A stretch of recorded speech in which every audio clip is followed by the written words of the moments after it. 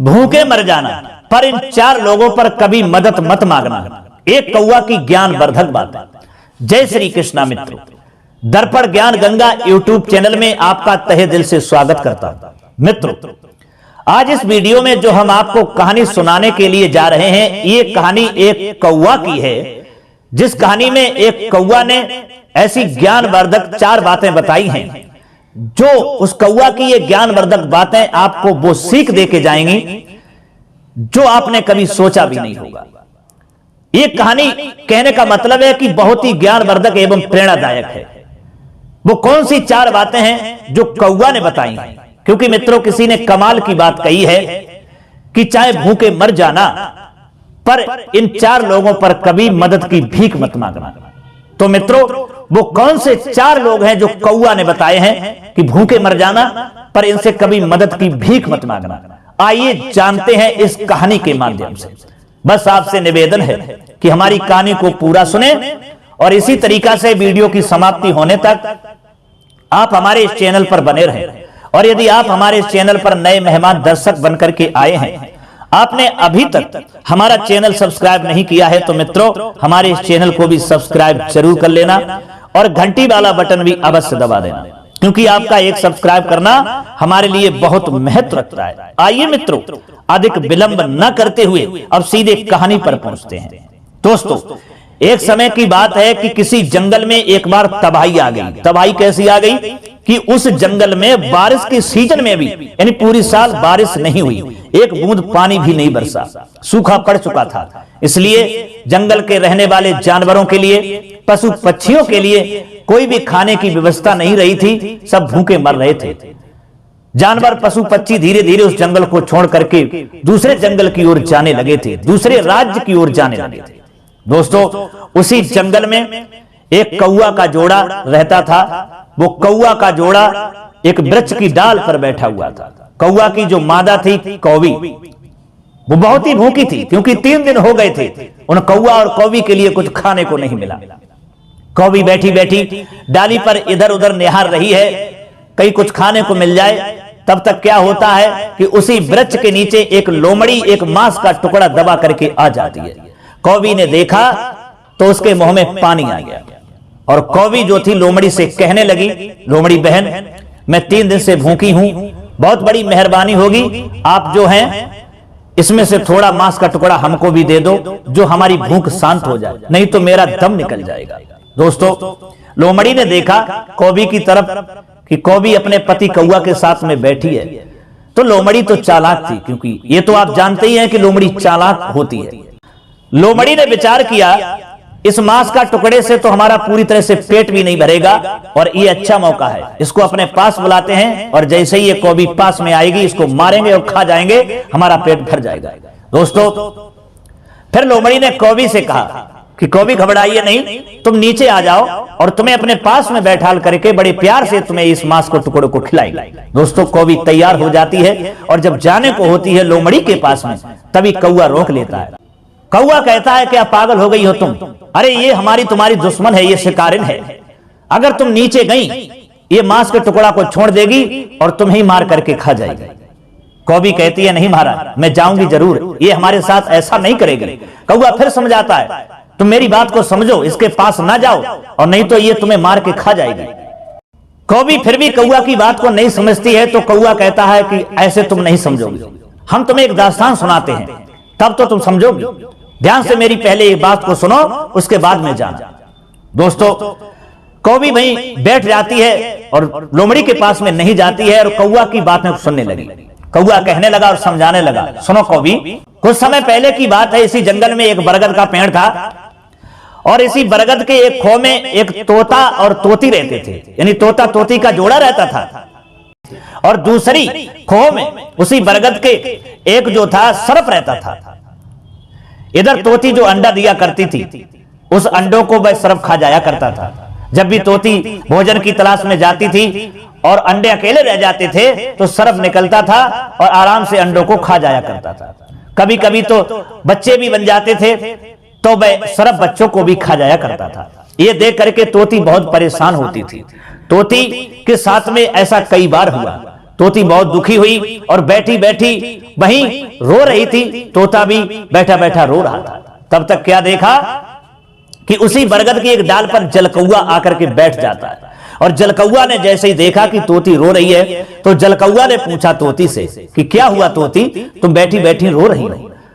तोती ने सारी दास्तान अपनी सुना डाली और कहा कि मेरे साथ ऐसा कई बार हुआ है। मैं जितनी बार अंडे देती हूं, जितनी बार मेरे बच्चे होते हैं, इसी दूसरी कोह में एक सरप रहता है और वो सरप निकलता है। जब हम लोग कहीं भोजन की तलाश में निकल जाते हैं तो वह सरप निकल करके हमारे अंडों को, हमारे बच्चों को खा जाता है। हम इस बात से बहुत परेशान हैं। हम कर भी क्या सकते हैं, क्योंकि हम उससे अपना बदला भी नहीं ले सकते, हम उससे लड़ भी नहीं सकते। वो बहुत खतरनाक है, बहुत ही दुष्ट है। कौवी की ऐसी दुखभरी दास्तान सुनकर के उस जलकौआ को तरस आ जाता है और जलकौआ कहता है तुम्हें नहीं मालूम, अब हमारे साथ चलिए, पास में एक तालाब है, उससे मछली पकड़ करके लाएंगे। तोती कहती है मैं आपकी बात को समझी नहीं। तब वह जलकौआ समझाता है जब दुश्मन भारी पड़ जाए, जब शत्रु पहलवान हो, बड़ा हो और उससे जाकर के लड़ ना सको तो उसे बुद्धिमानी से हराना चाहिए। तोती ने कहा वो कैसे? तब जलकौआ समझाता है पास वाले तालाब से मछलियां पकड़ करके लाएंगे और थोड़ी दूर पर एक नेवला का बिल है और नेवला के बिल के दरवाजे पे डाल देंगे और थोड़ी थोड़ी दूर पर मछली को डालते हुए चले आएंगे और आकर के सरप के खो के दरवाजे पर लास्ट मछली छोड़ देंगे और नेवला जैसे ही निकलेगा मछलियों को खाते हुए यहीं तक आ जाएगा और वो सरप को देखेगा और सरप को मार देगा, तुम्हारा दुश्मन खत्म हो जाएगा। दोस्तों, तोती ने जब जलकौआ की ऐसी बातें सुनी तो उसे भरोसा हो गया।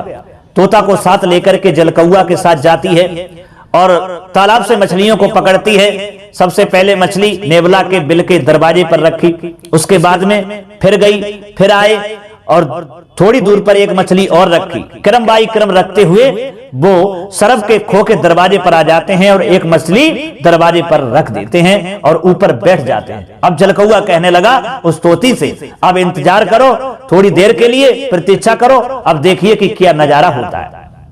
दोस्तों, इधर क्या होता है, थोड़ी देर के बाद में जब नेवला उस बिल से बाहर निकलता है और उसने दरवाजे पर जब मछली पड़ी हुई देखी तो भगवान को धन्यवाद देने लगा और कहने लगा प्रभु आज तो आप बहुत ही मेहरबान हैं, जो भोजन स्वयं चल करके हमारे घर पे ही आ गया। मछली को नेवला खाता है, उसके बाद में वो नेवला और आगे बढ़ता है तो उसे मछली एक और मिलती है, फिर वो खाता है, फिर आगे बढ़ता है, यानी क्रम बाई क्रम मछली उसे मिलती चली गई। वो खाता चला गया और खाते खाते वहीं आ गया जहां वो सरप रहता था। उसके दरवाजे पर एक मछली पड़ी थी। नेवला ने वो मछली खाई।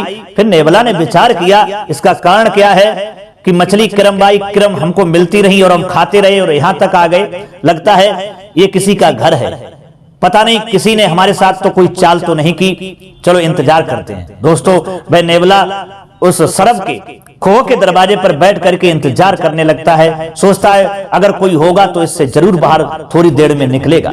दोस्तों, इधर कुछ समय के बाद में जब सरप निकलता है और नेवला सरप को देखता है तो समझ जाता है कि हमें लगता है इसकी चाल है। और ये तो आप जानते ही हैं कि सरप और नेवला की कट्टर दुश्मनी होती है। दोस्तों, नेवला सरप से युद्ध करने लगता है, लड़ने लगता है। अंत में नेवला जीत जाता है और सरप को मार देता है। ये देख करके वो तोती बहुत प्रसन्न होती है और तोती उसी वृक्ष की डाली से आवाज लगाती है कि तोता भैया, मैं आपको बहुत तहे दिल से धन्यवाद करती हूं, क्योंकि इसकी वजह से मैं बहुत परेशान थी। आज आपने हमारे दुश्मन को मार दिया, आपका मैं बार बार धन्यवाद करती हूँ। तोती बहुत प्रसन्न थी।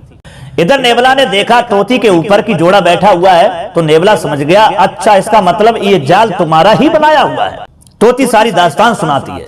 उसके बाद में वो नेवला कहता है कि तोती, क्या ऊपर से ही धन्यवाद देती रहोगी या नीचे आकर के धन्यवाद दोगी? दोस्तों, वह तोती उड़ती है, नेवला के पास में पहुंचती है और पास में जाकर के बैठ जाती है, लेकिन नेवला उस पर भी वार कर देता है, उसे मार देता है और तोती को भी मार के खा जाता है। तोता उधर सोच रहा है कि एक दुश्मन से हट नहीं पाए, एक दुश्मन से जीत नहीं पाए, तब तक दूसरे दुश्मन के चुंगल में चले गए। दोस्तों, वही बात समझाता हुआ कौवा कौवी से कहता है कि एक दुश्मन से दो लोग बचे, लेकिन दूसरे दुश्मन के चुंगल में फंस गए और वो तोती मर जाती है, क्योंकि उसने भरोसा कर लिया। वो भूल गई थी कि ये नेवला दुश्मन है, ये हमको छोड़ेगा नहीं। इसलिए कौवी तुम ना जाओ, ये हमारी तुम्हारी दुश्मन है, ये जरूर तुमको मार देगी। और भूल कर इसी तरीका से इन 4 लोगों पर कभी भी मदद की भीख नहीं मांगना चाहिए। कौवी ने पूछा, क्योंकि कौवी को और इंटरेस्ट बढ़ता चला गया कौवा की बात को सुनकर के। कौवी कहने लगी, वो कौन से 4 लोग हैं जिन पर कभी भी इंसान को मदद नहीं मांगना चाहिए। तो कौवा समझाता है, पहला वो आपका दुश्मन। अगर दुश्मन से आप मदद की भीख मांगने के लिए चाहेंगे तो वह दुश्मन मदद नहीं करेगा, आप पर वार करेगा, आपको नुकसान पहुंचाएगा, आपको मार भी देगा। इसलिए दुश्मन से कभी भी मदद की भीख नहीं मांगना चाहिए। दूसरा है अभिमानी, घमंडी। अभिमानी व्यक्ति के पास भी कभी मदद की भीख मांगने मत जाना, चाहे मर जाना, क्योंकि अभिमानी के पास अगर गए तो वो तुम्हारा अभिमान में आकर के, घमंड में आकर के तुम्हारा अपमान कर देगा, देगा कुछ भी नहीं। तीसरा है कपटी। कपटी के पास भी कभी मदद मांगने मत जाना, क्योंकि कपटी जो होते हैं वो कपट भरे ही शब्द कहते हैं और कपट जरूर करते हैं। मदद तो नहीं करेंगे, लेकिन वो अपने कपट से तुम्हें कहीं ना कहीं फंसा लेंगे, तुमसे फायदा ले लेंगे और तुमको छोड़ देंगे, जिससे तुम्हारा बहुत बड़ा नुकसान हो जाएगा और तुम्हें पता भी नहीं चलेगा। इसलिए कपटी भी इंसान से कभी मदद मांगने के लिए नहीं जाना चाहिए। चौथा है नशेबाज व्यक्ति, नशेबाज आदमी।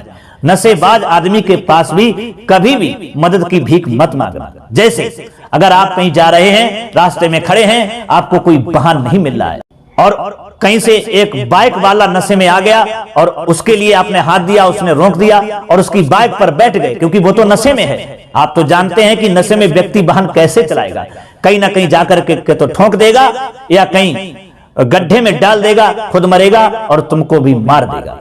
तो इसलिए नशेबाज आदमी से भी कभी भी मदद की भीख मत मांगना। चाहे रास्ते में मर जाना, चाहे भूखे हो तो मर जाना, लेकिन ऐसे 4 लोगों पर कभी भी मदद की भीख मत मांगना। एक दुश्मन, दूसरा अभिमानी, तीसरा कपटी और चौथा नशेबाज आदमी। दोस्तों, कौवा की इस तरीका से बातें सुनकर के वो कौवी समझ जाती है कि हमारा पति कौवा सच कह रहा है, वो नहीं जाती है।